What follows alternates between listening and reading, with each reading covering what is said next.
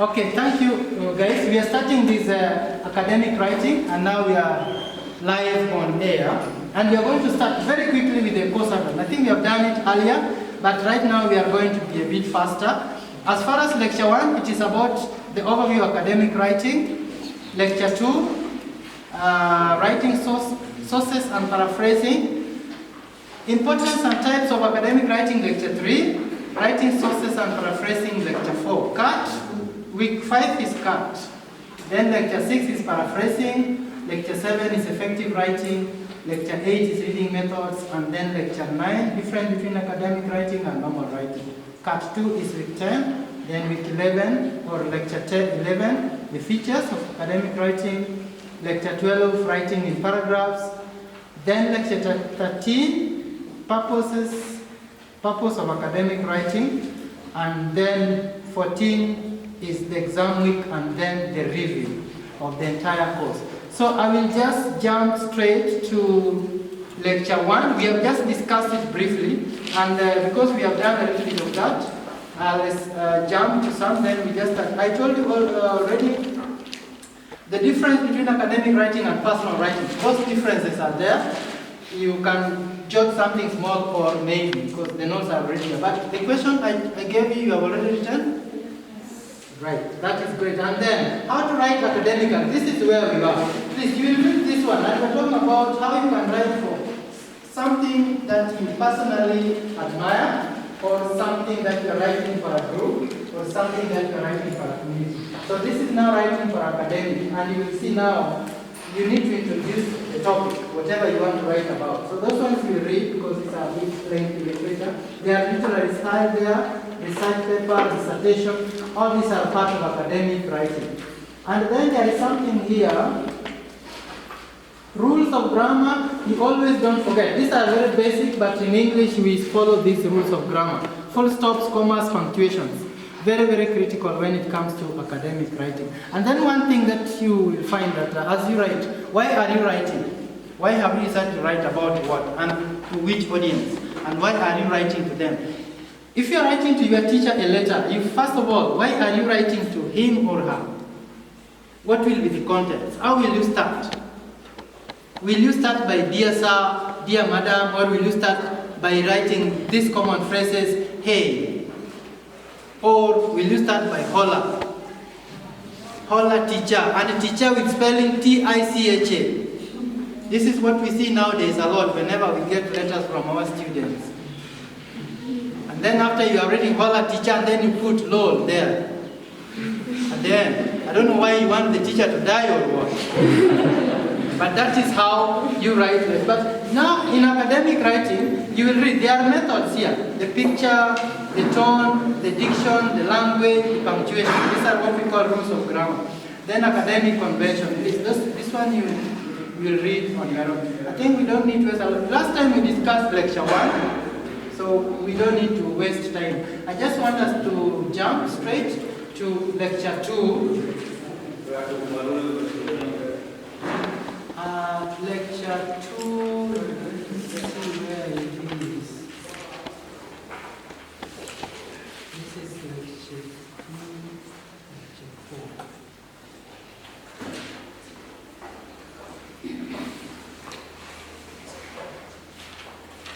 This is what we call types of academic writing. What are the types? Again, write this question please as we discuss. Give a detailed account on the various types of academic writing. I think we discussed it last time, but now just a quick overview. They are descriptive, analytical, persuasive. I think we did this. So I don't think we need to, again, waste a lot of time. So don't forget that when you are writing your letter, you have to be persuasive, so that whatever the message you have put across, we can understand, we can capture, we can analyze, we can accept it. Those ones you take into account. Then the difference between descriptive and critical writing. The differences are there, quite a bit of some literature. I think they can help you when doing some reading work. This one is, we have done it earlier. What is academic writing? I think in lecture 1 we did it. Again, the question that you can come across. give a detailed account on what academic writing entails. That could be different from the one, give a detailed explanation of academic writing. The definition, and then the entire accounts of academic writing, what it's all about. So that one can be part of your revision when you are revising for either for the card. Now, skills that are required in academic writing, basic skills. I think this one you can write. Describe the basic skills that are required in academic writing. Please, you can only, when it comes to any exam, please, these are the skills. First of all, your communication must be up to the mark. Your personality as well, written skills, ability to communicate, ability to air out something that is of quality. So those are some of the rules. They are called skills specifically meant for students who are aspiring to be academic writers. You must have strong academic, strong communication, critical thinking, understanding of the knowledge, etc. Those ones you can read on your own. So I just want us to, because it's not very complex, I just want us to rush to lecture 3. And lecture 3, the importance of academic writing. Please, this is an application concept. It is the importance of academic writing in what? Maybe you write a simple question there that can guide you when revising. Explain in detail the importance of academic writing. It touches on the big picture, it touches on the tone. The tone is the tone of your pen. That's why I was telling you that when we are signing these attendance, don't use any red pen. Red pen sends a different signal. It can even portray that you are a ghost student. And that is very, very dangerous. So anything, and then writing in caps. You know the difference between writing in caps and then the other one. When you write in bold letters, what does it mean? Some people, according to them, they say, maybe you are very rude. You are not very careful when conveying a message.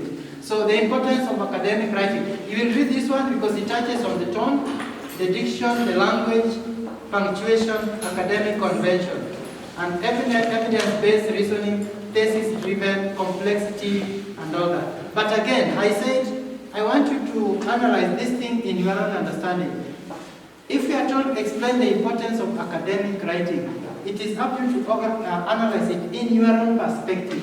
Once you have read these notes, then you visualize what is academic writing, why is it very important? Is it only important for students? It is important for students, it is important for lecturers, it is important for the people you are communicating to, and it is important for the type of message you want to convey to those people. So why are you conveying any message to them? Because you feel they need to understand. Right now, what is disturbing the Kenyan government is how to put this thing called BBI to the public. How are you going to write it? Do you say, dear Kenyan people, these are the following rules of BBI, kindly accept it? How? That is now we need people with good communication. You need to persuade us why this thing is very, very important. In some countries which are more organized, they always persuade you to go to school, there is a bus waiting for you. They persuade you to go and buy some clothes because there is some money. In the third world countries, you cannot be persuaded for anything because there is nothing you are given. And in fact, the government probably is not aware that even we are in they can be aware because maybe your phones. But in some societies, the government is always aware. So this is an application question.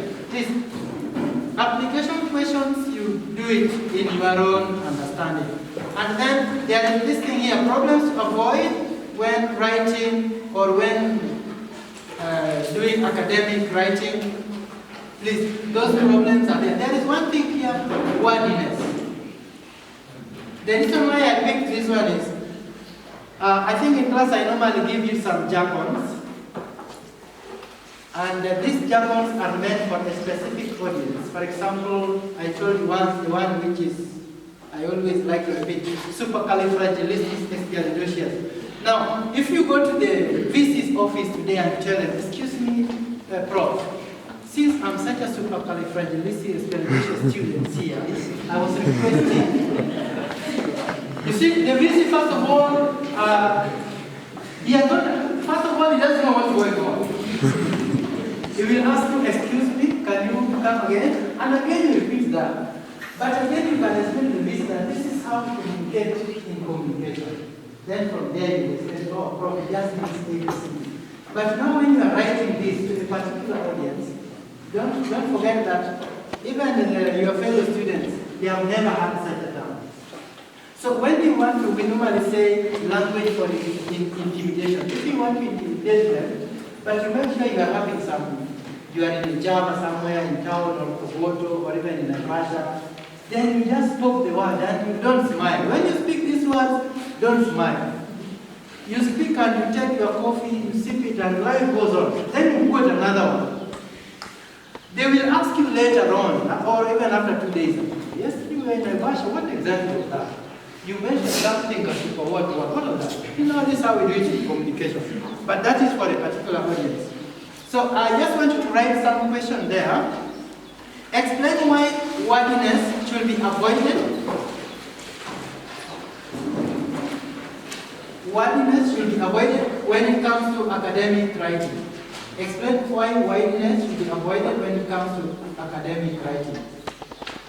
Wordiness means certain terms that may not be understood by a particular people or a particular group of people or a society. This one you can read, evaluation of quality of writing. The quality of academic writing, first of all, your writing must be concise. And you have to be very, very clear in what you are writing. The language, you have talked about wordiness. This one you can read on your own. I just want us to jump to lecture 4. Yes, I just want us to jump to lecture 4. Then we see how it is. All right, writing sources and paraphrasing. Please, sources of writing. What are the major sources of writing? Or major sources of reading? You know those ones. When you are in the library, what do? You don't go there to start surfing, going through your WhatsApp, Facebook, unless you want to get some information. So the sources of writing, the sources of reading, the sources of information. Most people go to the Kenya National Archives. It is right inside the town, within the city center. But when they are inside the archives, you don't ask even the first Daily Nation which appeared in the 60s. You are just busy admiring, oh, this is an old building. When are you going to renovate it? It might fall on your head, you guys. Completely irrelevant question. And those people, they will listen to you. They won't ask you anything. But once you leave, they will ask, who are these people? They don't know the importance of archives. Archives is a place where you sit down, you try to look at what has been happening in your country. Read the histories of people, the lives of where jail, Karaoke, the stories are there. There was once a politician who was I used to admire him a lot. I came from Central, his name was Mr. Honorable Waruru Kanja. If you have heard of him? Anyone knows Mr. Waruru Kanja, Honorable?